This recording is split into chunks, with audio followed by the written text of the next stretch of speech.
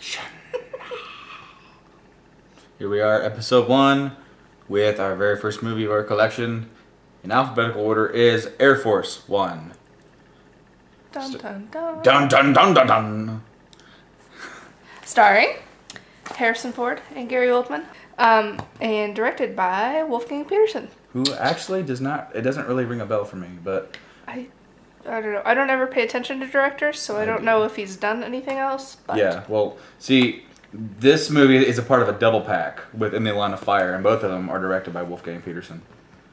So, I mean, we will get to that eventually, but today we are doing Air Force One. So we will be back after we are finished with our review of this said film.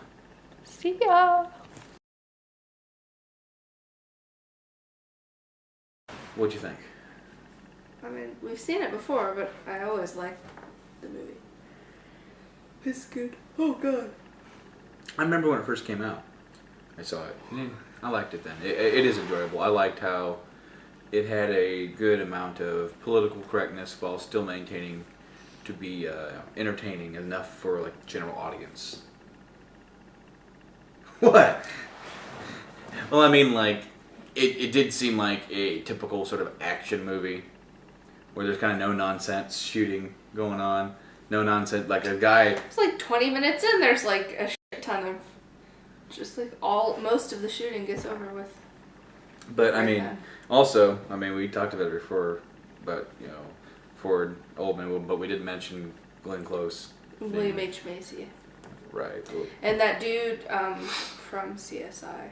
That dude from CSI. I don't know his name. I just know that he played in CSI. He's like on the very first CSI, Las Vegas.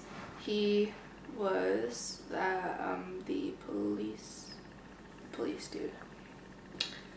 Detective? Captain? I don't know. I'm pretty sure there's a lot of those in CSI. Anyways, it was released in 97, and it did show its age. There was some pretty horrible CG at the end with the plane. But, I mean, I've seen a lot worse. You know, I've seen newer movies. Transmorphers. I've seen newer movies that look a lot worse. But I thought it was well written. It wasn't too complex with its plot. I guess it seems it could seem feasible if our president was a war hero, which he's not. But in the fictional realm, I think. I mean, our current president's not a war hero. The plot didn't seem too out there, and it sort of occurred to me is like, do you think that this is a movie that would have been made today? Do you think with the... No? Yeah, see, I don't think so either. I think like during the 90s, during peace times, is the only time that a movie like this could have been made where... Well, I mean, even the 90s wasn't peace times. Well, you had the Gulf, but I mean, from the end of the Gulf until... I mean, we were in Iraq and Afghanistan in the 90s. No, we weren't. We weren't? No, we were in total peace times during the Clinton administration. He was a good president. Anyways, I enjoyed the film. To be fair,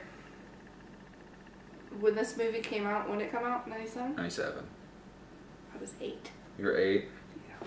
I see. I do remember when it came out because when it came out on VHS, I did rent it, and then I enjoyed it then, and I enjoy it now that I'm older and I understand a lot more about politics and about all the other stuff that, I mean, because obviously they didn't take the time to explain a lot of stuff as far as like protocol and all that stuff, and I know a little bit more about how Even stuff works. Even though the what was he, the chief of staff, Secretary of Defense? Yeah, Secretary of Defense. Yeah. He was all trying to get all up in Glenn Close's business.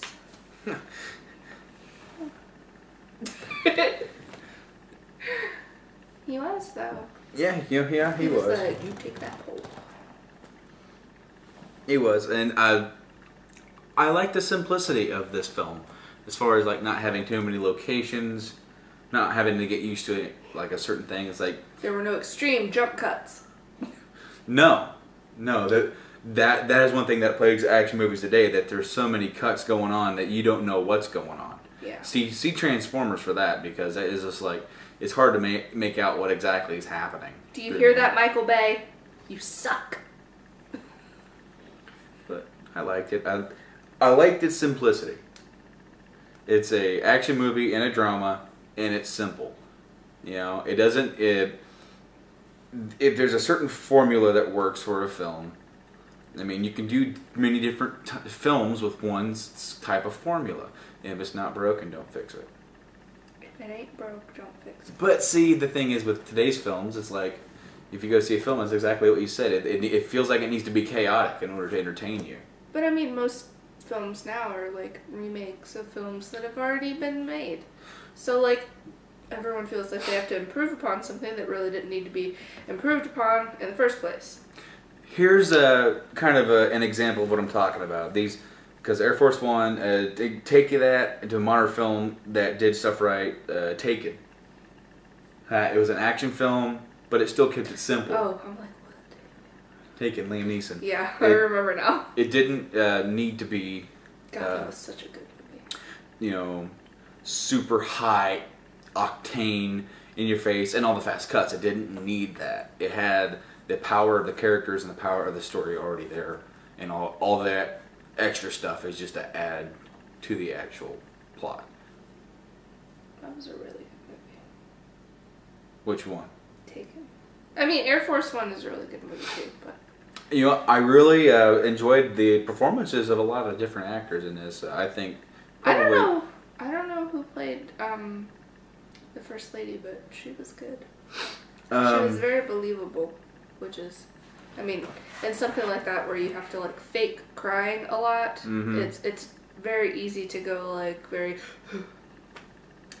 But. Wendy Crewson, I believe it's who that is. Wendy Crewson. I looked at the credits at the very end because Wendy Crewson played the First Lady, and then Liesel played the daughter.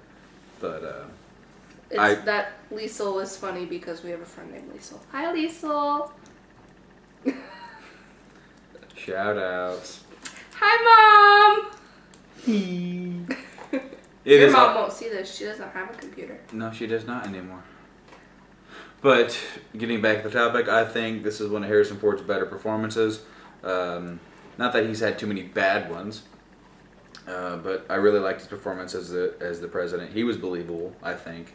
Who knew Gary Oldman could be such a convincing Russian?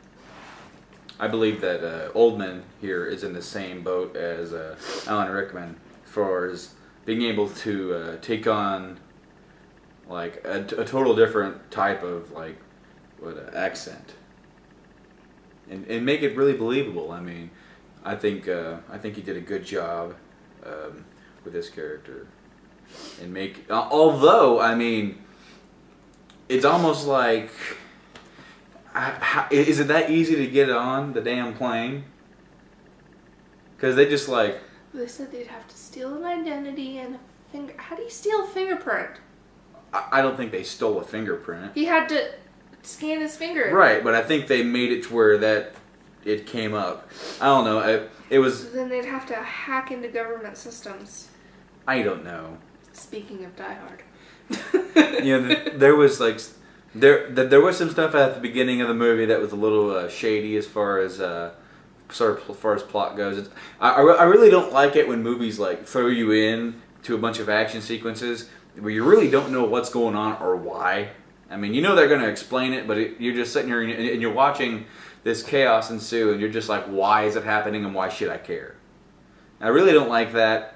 You gotta like reel me in. You can't just, throw it all up. I guess that's what they were trying to do. So, hey, look at us. We're going to be... It's like, ooh, look, here's action right now.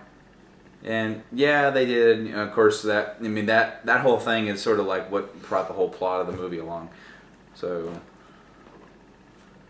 all in all, out of a 5, I'd give it a 3.5. I think I would. I think it's a fair... A solid 3.5.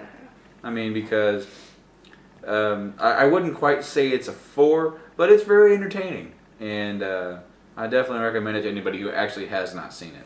Next time, we're watching Aladdin. You know, if Arnold Schwarzenegger was in this movie, he'd probably have a line like, "Air Force One is down."